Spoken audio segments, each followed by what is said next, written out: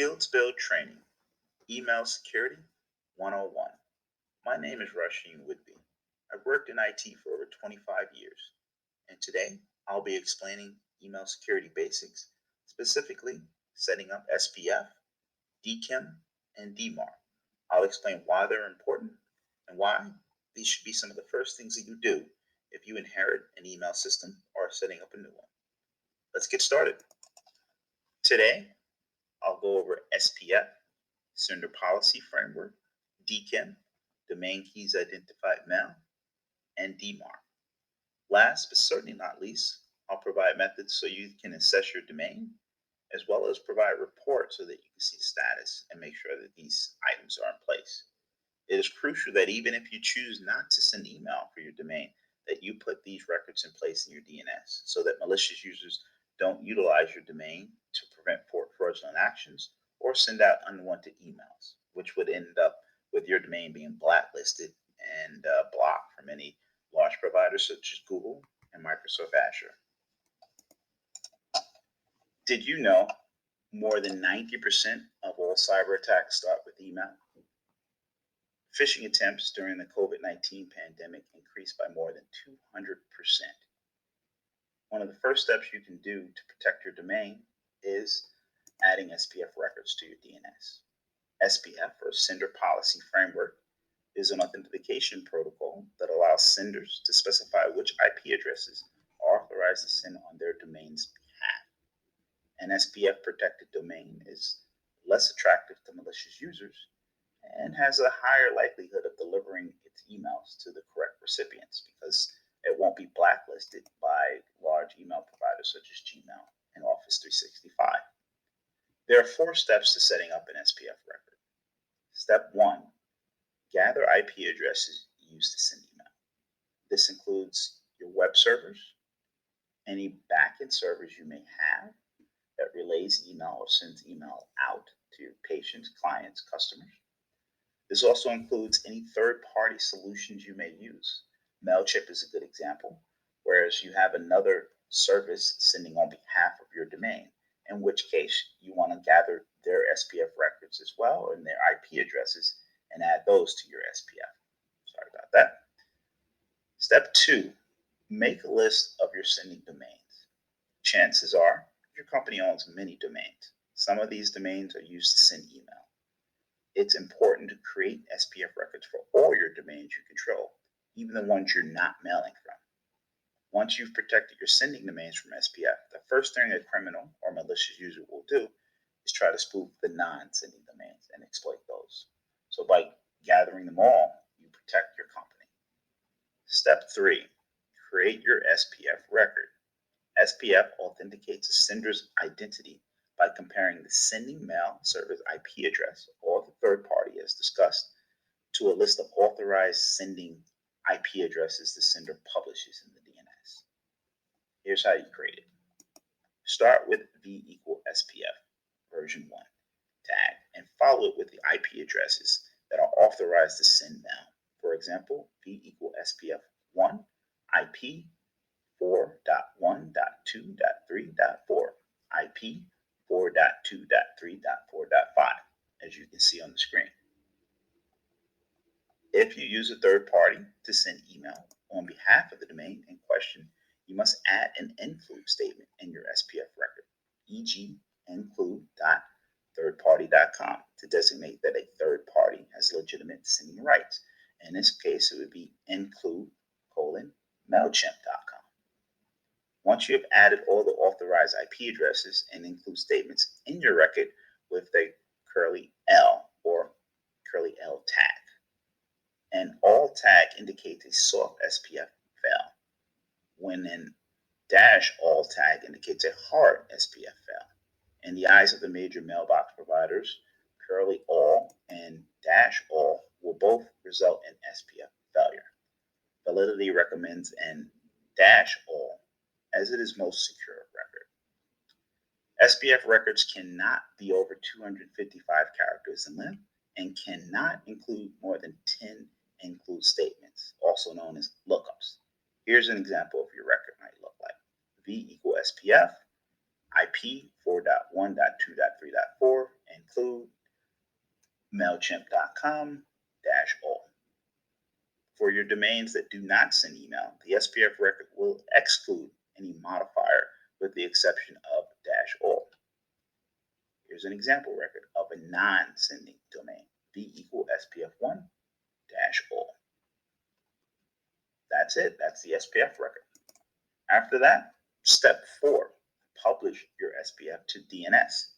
Work with your DNS server administrator to publish your SPF record to DNS so mailbox providers can reference it. Known DNS providers are GoDaddy, namespace, as well as others. But usually it's just adding the record to the DNS provider. And that's it. Once you've done that, your SPF has been published. Let's go on to the next topic.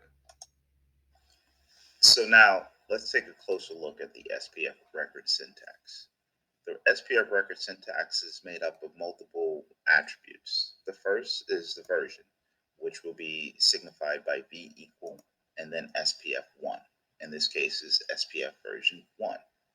Secondly, we'll take a look at the mechanism. So include : is the mechanism here, which is including spf.mailchimp.com as an authorized sender. The spf.mailchimp.com would be considered the directive here. And the last part, -all, consists of two parts. First, the qualifier, which is the dash, and the directive, which is all, saying all email from mailchimp.com should be accepted. The SPF syntax qualifiers consist of 4 different types. Plus equals pass, so anything with the plus will pass, and it's the default qualifier if nothing specified. Secondly, the dash, which we looked at previously, equals fail, and it's the recommended option. Fail if email is not part of the authorized list.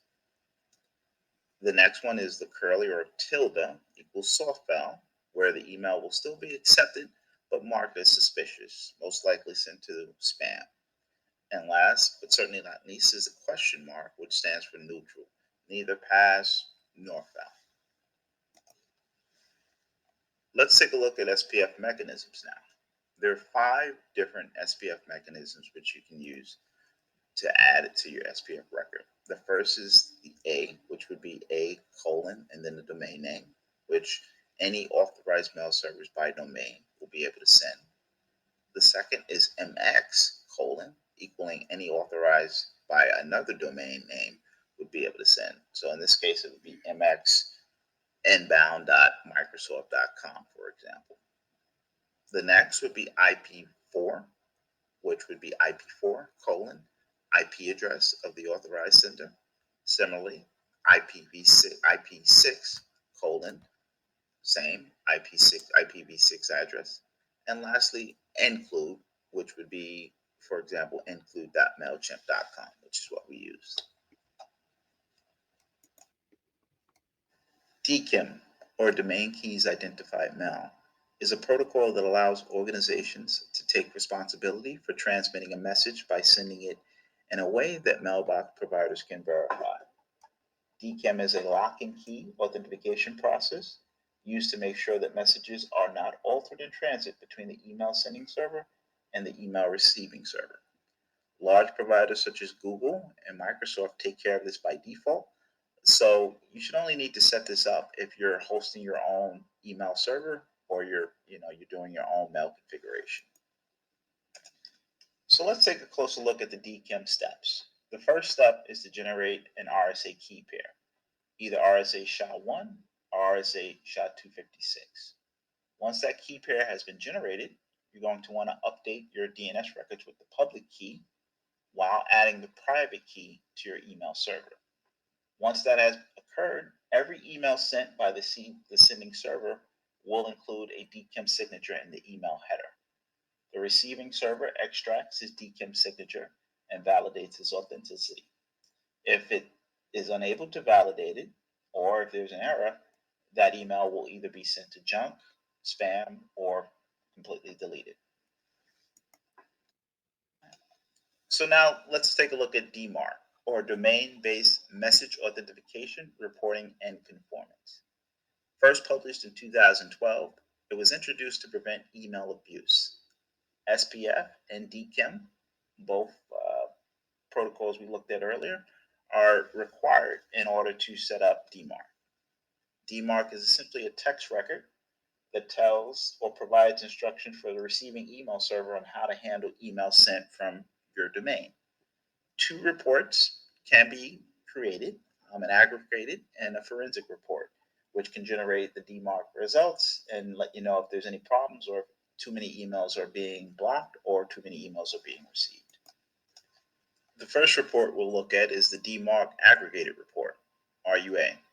Information about the identification status of messages sent on your domain's behalf.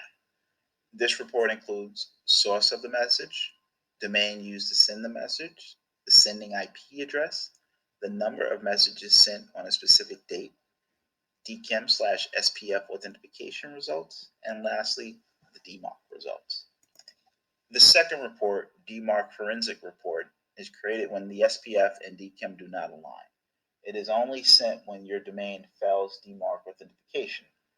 This report contains the email to field, the email from field, the IP address of the sender, the email subject field, authentication result, including SPF, DKIM, DMARC, the message ID, the URLs, delivery result, and the ISP information. This report is very helpful if you're having delivery issues or so now let's take a look at the DMARC syntax. The DMARC syntax is pretty much tags separated by semicolons. Example here is V equal DMARC 1, semicolon P equal reject. And so let's take a look at what that really means. So the first field, the V, is a required field and it's the protocol version. There's only one protocol version of DMARC, so DMARC 1. So V equal DMARC 1. The second field, P, is also required, and it tells the receiving service how to handle emails that didn't pass your DMARC. So in this case, you have three options: none, quarantine, or reject. By default, recommend reject. The third option, the SP option, is optional and similar to P, but for subdomains. So if you have any subdomains, this is where you would also add the quarantine. By default, if you don't add anything, it takes the P tag. So in this case, if I didn't add SP equal quarantine, it would take the P tag, which is currently set to reject. The third tag is PCT, which is also another optional tag. It's the percentage of emails the policy will apply to. In this case, I would like to apply it to 100%, and that's recommended. However, if you're working in an environment that receives a lot of email or sends a lot of email, you may want to limit that so that you're not accidentally quarantining too much or rejecting too many messages. The third optional tag is the RUA tag. Once again, it's optional, and this tells the receiving service where to send the aggregated reports. So in this case, it would be RUA, mail to, and then the email address that you want it to go to. So the next optional tag we'll look at is the RUF. Very similar to the aggregated report, this tells receiving service where to send the forensic report. Once again, it's RUF equal mail to, and then the email address. The next optional tag is FO, and this is where you can get samples of emails that either fail SPF and DKIM or one or the other. You have 4 different options here. By default, the recommendation is 1. So if SPF or DKIM fail, you get those samples, but you do have the option to set it to 0 if you want SPF and DKIM to fail. D if you just want to receive samples of DKIM fails, and S if you want SPF failures. The next optional tag is ASPF, which is for the SPF record. So if the SPF fails, meaning an email address sends from a server that you have listed in your SPF, this tells the receiving service what to do with it. By default, we recommend strict, but you also have the option to relax if you do want some of those emails to go through. The same is for DKIM here. So DKIM we set up previously. If DKIM fails, you have the option to specify if you want it to be strict or relaxed. By default, once again, we recommend strict. And the last 2 optional tags we'll take a look at is the RF tag, which specifies how you want to receive the forensic report. There's only one option, so it's RF equal AT RF. And the last optional tag is the RI tag, which specifies how often you'll receive the report. The minimum value is 24 hours or 86,400 seconds. So there's a few sites where you can check the DKIM, DMARC, and SPF settings that you've put in place for your domain. A notable one is MX Toolbox, which is pretty common. A lot of people go there. It's known in the industry, and it's a great place to check your records. But in this case, I'm going to actually use easydmark.com. And for this example, I'll use a domain which I think most of us are familiar with, google.com. And we'll first check the DKIM. In this case, I'm going to say detect the selectors because I don't know, and it will set it to auto. So now I'm going to click the check DKIM here. And from that check, I can see that it rejects 100% of emails that aren't allowed from Google. And we can see that it is set up. We can also come over here and check SPF, which is really good. So if we take a look at the SPF record, we can see that Google has an SPF record set up here.